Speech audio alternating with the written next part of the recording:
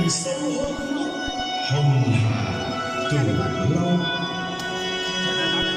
Câu thơ ấy không phải chỉ được triết ra từ trái tim lãnh tụ Chủ tịch Hồ Chí Minh kính yêu, mà còn được kết tinh từ tấm lòng, ý chí, khát vọng sâu thẳm của cả nhân dân hai nước Việt Lào. Cái khát vọng nhân tình được bắt nguồn từ địa lý tự nhiên và đặc điểm lịch sử mà không phải quốc gia nào cũng có.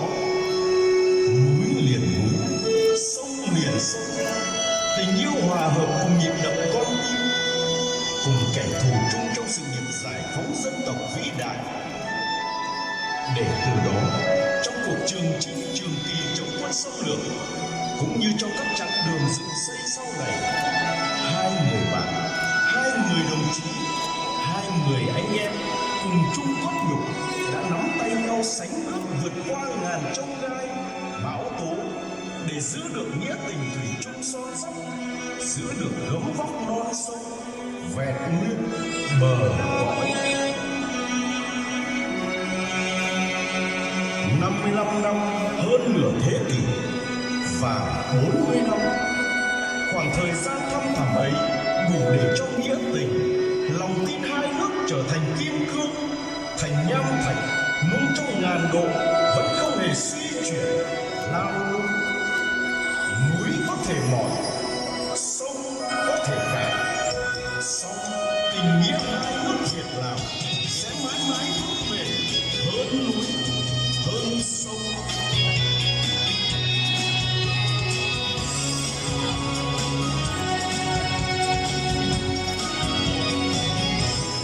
Ở bên này Tây Trường Sơn, Anh ở bên này Đông Trường Sơn, luôn gửi cho nhau câu ân tình, câu hát dân ca của lao động lao sông lao thang, câu hát dân ca của quê mình quan họ đến với nhau.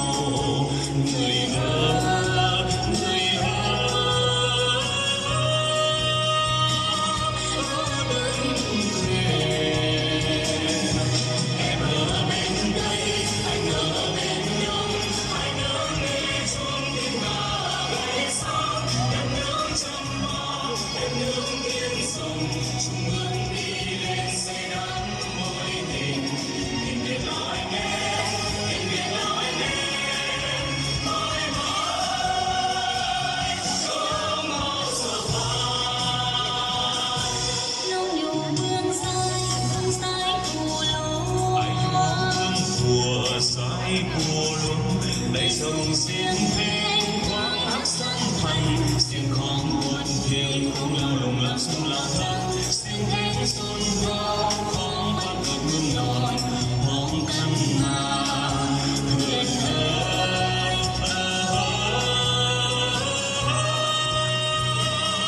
nhau bao nằm ngửa bước đi anh đủ bước ngắn sau đó mong mỏi xin ngày đã nhớ sâu mà thế trong mơ mà thế mong ngòn mà cánh cao hơn sân sáng quang nặng